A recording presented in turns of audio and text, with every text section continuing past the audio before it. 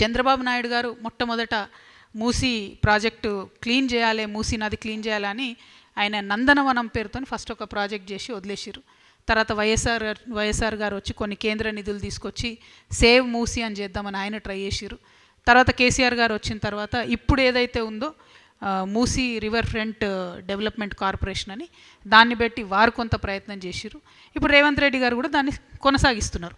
ఇప్పుడు Musi river front corporation అయితే 2017లో మేము ఒక 17,000 కోట్లతోని ఈ మూసీ చుట్టూ ఉన్నటువంటి దీన్ని డెవలప్ చేస్తాము, ఓల్డ్ సిటీకి న్యూ సిటీకి కనెక్టివిటీ ఇస్తామని చెప్పి ఆనాడు ఒక ప్రాజెక్ట్ ప్రపోజల్ ఇచ్చారు.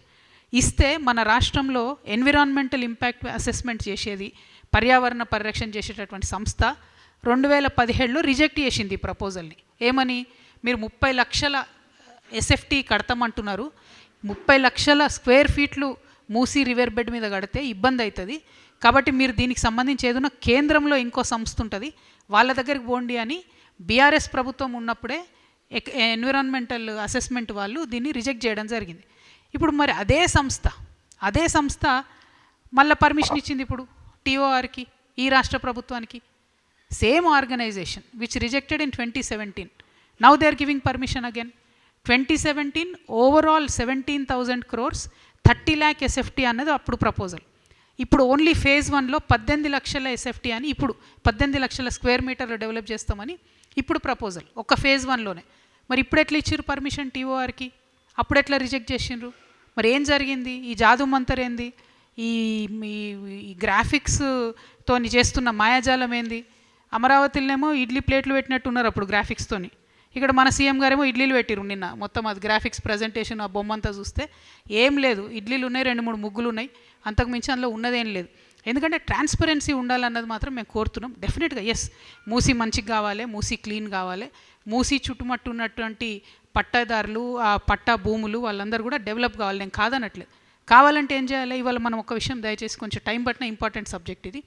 16 నాలాల నుంచి మూసీలోకి మురుగునీరు చేరుతుంది మన హైదరాబాద్లో, 16 నాలాలు. ఇప్పుడు నేను ఇచ్చినటువంటి ఈ ప్రపోజల్ మొత్తంలో ఎక్కడ కూడా ఆ 16 నాలాలను మేము అడ్రస్ చేస్తాం, మరి ఆ 16 నాలాల నుంచి వచ్చేటటువంటి మురుగు ముందు మూసీలకు పోకుండా చేస్తామని చెప్పరు. ఏమంటారు? ఓన్లీ 4 ఎస్టీపీలు కడుతున్నాం అన్నారు. 4 ఎస్టీపీలు మొత్తం ఈ 16 నాలాస్ అడ్రస్ చేస్తాయా? అది స్ట్రేట్ క్వశ్చన్, టెక్నికల్ క్వశ్చన్. దయచేసి అధికారులు చెప్తారా, ప్రభుత్వం చెప్తారా? నాకు కాదు, మీరు ప్రజలకు క్లారిటీ ఇవ్వండి.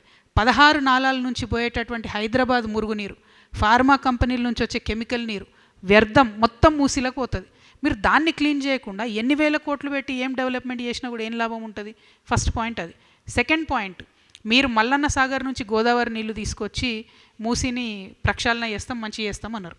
ఒరిజినల్గా కొండపోచమ్మ సాగర్ నుంచి 1,100 కోట్ల రూపాయలతో వచ్చే ప్రాజెక్ట్ని మీరు ఎస్టిమేట్ పెంచి 7,000 కోట్ల రూపాయలు మల్లన్న సాగర్ నుంచి అన్నారు. సరే, సంతోషం. మరి ఆ పనులు మొదలు పెట్టినరా? మీరు ఇప్పుడు మూసీ క్లీన్ చేస్తాం అంటున్నారు, ఏడుకెళ్ళి చేస్తారు క్లీను? వాటర్ ఎట్లా వస్తుంది? ఫ్రెష్ వాటర్, దాన్ని ఆలోచించండి. మూడవది, నేను మొన్ననే జియాగూడ పోయి వచ్చిన. జియాగూడలో అక్కడ మన గొర్రెలు అమ్ముతారు, మేకలు అమ్ముతారు, మా యాదవ్ సోదరులందరూ, పెద్ద మార్కెట్ అక్కడ. కరెక్ట్ దాని ముంగట్నే మూసి ఉంటుంది, రోడ్కి అవతల సైడ్ మూసి ఉంటుంది.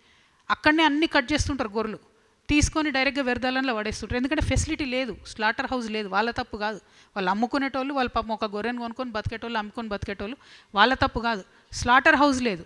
నా రిక్వెస్ట్ ప్రభుత్వంతో, మీరు ఇన్ని వేల కోట్లు పెడుతున్నారు కదా, టోటల్ మూసీ చుట్టూ మీరు జిహెచ్ఎంసీ వాళ్ళ స్టాఫ్ నంబర్ పెంచండి, క్లీన్ చేపియండి, రోజు ఆ వ్యర్థాలు మూసీలకు పోకుండా వాటిని కాపాడండి. అవన్నీ ఎందుకో జాలి పెట్టురు, ఫెన్స్ పెట్టుర్రి. మనం ఇంట్లోకి దోమలు రాకుండా పెట్టినట్టు మీరు వ్యర్థాలు మూసి లేకుండా ఫెన్స్ పెట్టండి, 100 కోట్లలో అయిపోతుంది. అంతేగాని 5,000 కోట్లు 6,000 కోట్లు అంటారు, అది అయ్యేది కాదు, సచ్చేది కాదు.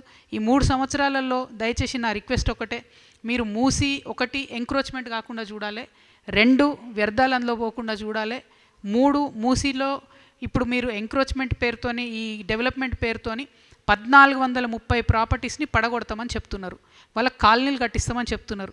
మరి వాళ్ళతోనే ఎందుకు ఇంతవరకు చర్చిస్తలేరు? వాళ్ళని ఎందుకు పిలుస్తలేరు? ఎందుకు రేట్ గురించి మాట్లాడతలేరు? అర్బన్లో వేరే రూల్స్ ఉంటాయి కదా. ఇప్పుడు మొత్తం ఈ project development cost phase 1 7,000 crores అన్న దాంట్లో మల్లన్న సాగర్కి సంబంధించిన 7,000 కోట్ల రూపాయలు లేవు, ఈ టోటల్ ల్యాండ్ అక్విజిషన్కి సంబంధించినటువంటి కాస్ట్ లేదు, ఈ ఎస్టీపీలకు సంబంధించి కాస్ట్ లేదు. అంటే మళ్ళీ ఇవన్నీ అదనంగా అవుతాయి అన్నట్టు. మరి వీటన్నిటికీ డబ్బులు ఏడికెళ్ళి తెస్తారు? ఒకవేళ వీటికి డబ్బులు తేలేరు అనుకోండి, ఈ ప్రాజెక్ట్ ఫినిష్ అవుతుందా?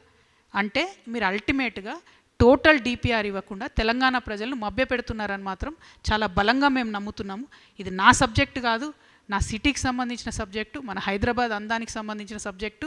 ఈ మూసీ నది మీద డిపెండ్ అయ్యే రంగారెడ్డి జిల్లా ప్రజలు కానీ, తర్వాత నల్గొండ ప్రజలు కానీ, అల్టిమేట్గా కృష్ణా నదిలో కలిసే లోపల మొత్తం ఈ పాయిజన్ క్యారీ చేసుకుంటూ పోతుంది మూసీ నది. కాబట్టి అవుట్ ఆఫ్ దట్ కన్సర్న్ నేను ఈ ప్రెస్ మీట్ పెడతా ఉన్నాను.